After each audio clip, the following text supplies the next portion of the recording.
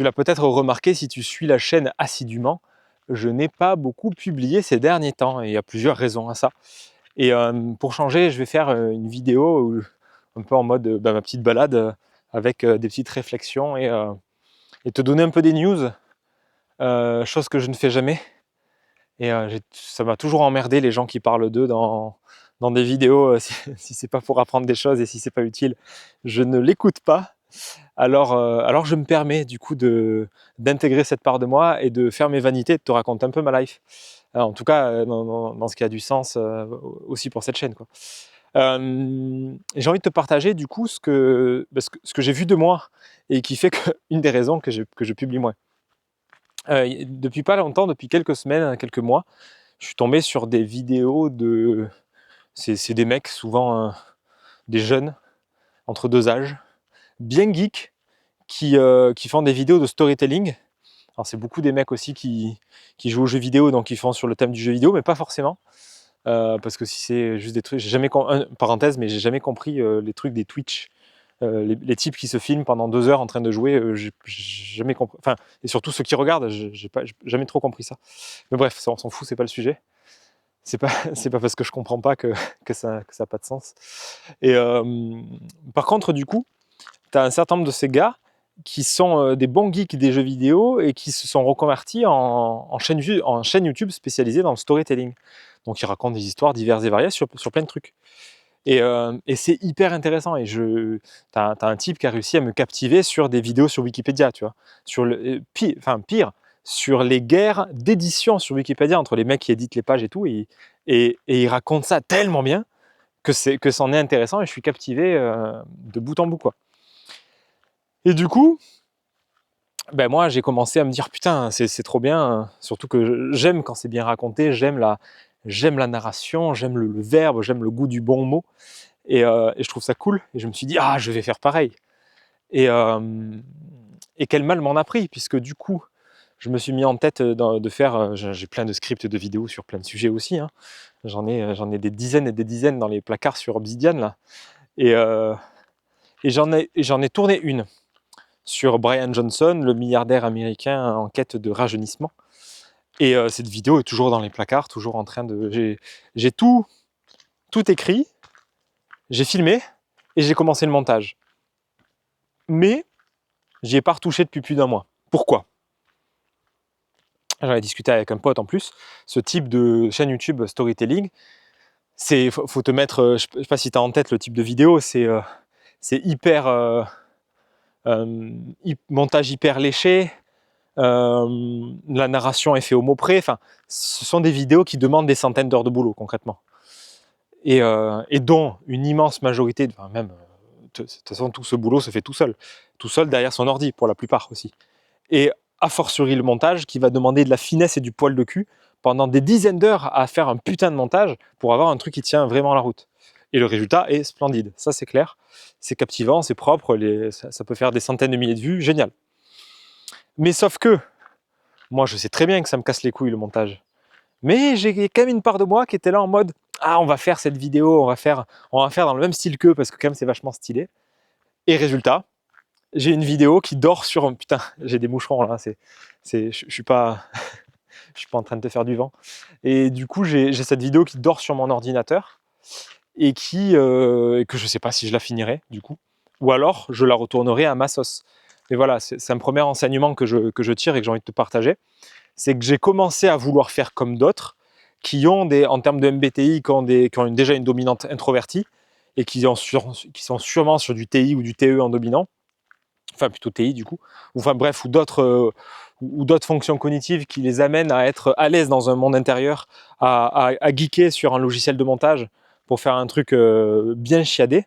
Là où moi, en fait, je fais ça, mais au bout de 2 heures, je suis éteint. Si mon montage, il n'est pas terminé en une demi-heure, 1 heure, et que c'est juste ce qu'il faut propre, mais je suis vidé d'énergie, en fait. J'ai pas envie de passer ma journée à faire du montage, ni une semaine, ni un mois, enfin, ni 2 heures, quoi. Donc, de fait, c'est un modèle qui n'est pas, qui est clairement pas adapté à moi. Bon, ça, c'était pas un scoop. Mais là, je l'ai constaté parce que du coup, de me voir dans ce truc-là, de me voir... parce que concrètement, ce qui s'est passé, c'est que j'ai fantasmé un idéal de moi. Je me suis créé de toutes pièces un idéal de moi où je dois faire... enfin, où j'ai envie de faire comme ces youtubeurs. Et dans cet idéal du moi, je m'éloigne de moi. Donc voilà, le résultat il est là, une vidéo qui n'est pas publiée, une vidéo qui dort sur mon ordi et qui sert à rien.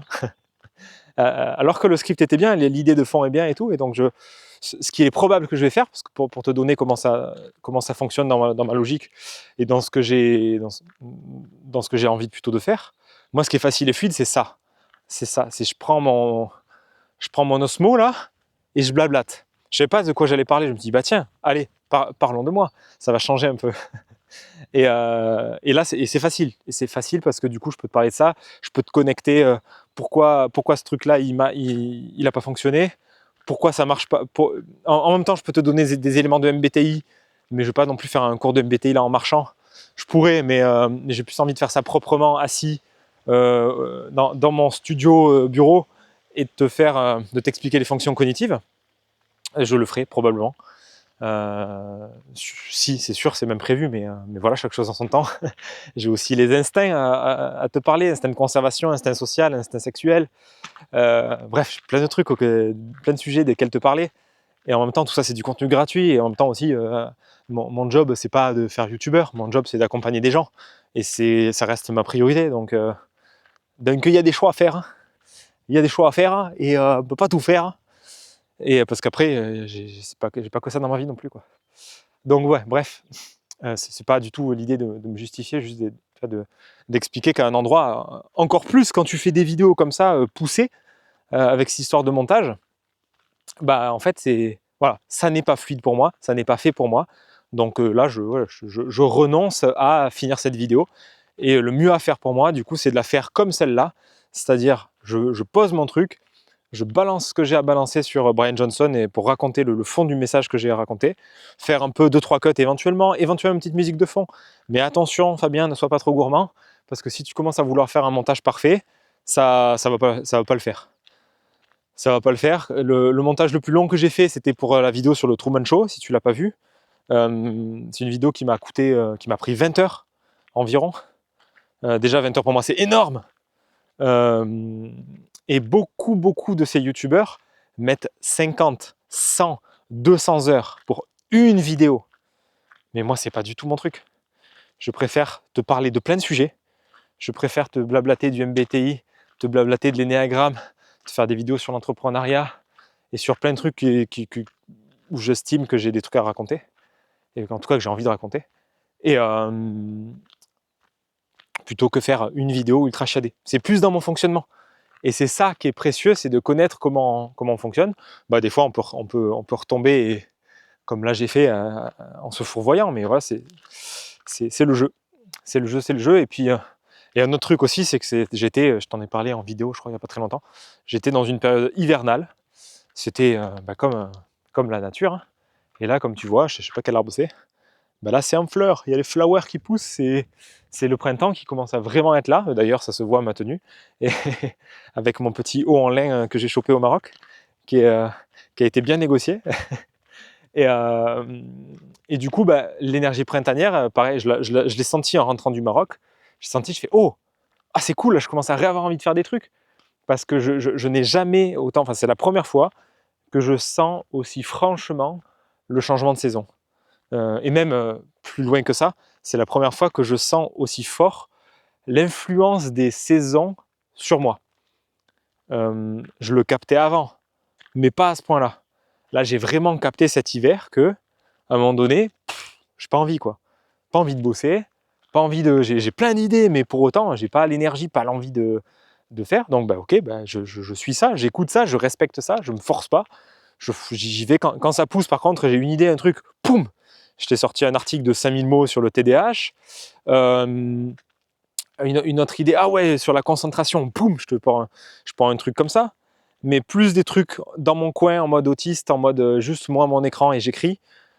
Parce que la vidéo, ça demande quand même un cap en plus en termes d'énergie. Que juste être... quelque part, l'article, c'est du confort, tu vois. Je suis juste là, je déroule ce que j'ai à partager. je structure, je partage mes anecdotes, mes blagues, je mets je mets une petite image et puis basta quoi. C'est très simple à faire seul dans son coin. Là où, dans une énergie hivernale, j'ai pas trop envie du coup. Enfin, les vidéos, ça demande plus d'énergie, c'est plus coûteux. D'avoir un plan, de blablater, de faire les cuts, et si c'est pas parfait, c'est souvent le cas, ainsi de suite. Donc ce respect des saisons, il est tellement précieux quand on est entrepreneur et qu'on est et qu'on n'a pas envie de se traiter comme une machine. Je l'ai fait beaucoup d'années, c'est bon, j'ai plus envie de ça. Aujourd'hui, je crois sincèrement que c'est possible de réussir de son activité et de faire quelque chose qui est rentable et qui tient la route, sans se traiter comme une machine, sans se sacrifier, sans sacrifier son âme, sans se forcer à faire des trucs qu'on n'aime pas, en restant juste soi-même, quoi. Mais ça s'apprend, ça demande d'être honnête avec soi. Et là, ça a été toute la claque de l'énéagramme pour ma part. Et après, le MBTI, les fonctions cognitives, ça a complété à un endroit pour me montrer qu'est-ce que je fais facilement et naturellement et sur quoi je peux m'appuyer. Parler, notamment. Et parler, partager, exprimer. Et ça, c'est fluide en fait. Et si je reste focalisé sur il faut que je fasse des vidéos storytelling comme ces gars-là, il faut que je fasse du montage, il faut que ce soit parfait, je le ferai pas. Et je pourrais me raconter, ce que je faisais à l'époque, hein. Ah mais je procrastine, ah là là, je suis vraiment pas discipliné, je suis vraiment nul, ah putain, faut que j'aille faire de l'hypnose, je vais prendre un coach qui va m'aider, qui va me botter le cul. Et là on passe en mode violence, en mode mauvais papa, où l'action, le résultat devient plus important que moi, et c'est de la maltraitance. Et aujourd'hui, je n'ai plus envie de m'infliger ça, donc c'est pour ça que je te dis, cette vidéo, je l'arrête en fait, je saborde le truc, plutôt que m'infliger les 10, 15 heures, 20 heures de montage qui seraient nécessaires et que j'ai commencé à faire, mais au bout d'un quart d'heure, j'en pouvais plus déjà. Juste le truc de faire les transitions, j'ai découvert comment on faisait un zoom progressif, tu sais, sur la vidéo comme ça là, et mais au montage. Et j'ai fait waouh, mais c'est trop bien et tout. Et il m'a fallu 2 minutes pour faire ça avec un tuto, mais c'était la curiosité du truc. Voilà, bref, ça n'est pas mon truc. Donc tu me retrouveras pour des vidéos plus brutes. Là, j'en ai tourné une tout à l'heure. J'étais très content, hein, donc elle paraîtra. Alors, je pense que je vais mettre celle-là en premier, ça va être plus simple. Et elle paraîtra très bientôt sur du coup la malédiction de l'entrepreneur, sur tous ces profils comme moi qui se forment dans tous les sens et qui se dispersent et du coup il y a une vraie malédiction autour de ça, de finir par se remettre en question, de croire qu'on va jamais y arriver et compagnie. J'en ai beaucoup des gens comme ça qui viennent à moi. Et voilà, bonne nouvelle, c'est qu'il n'y a pas de fatalité. Mais ça demande de désapprendre beaucoup ce que l'on a appris.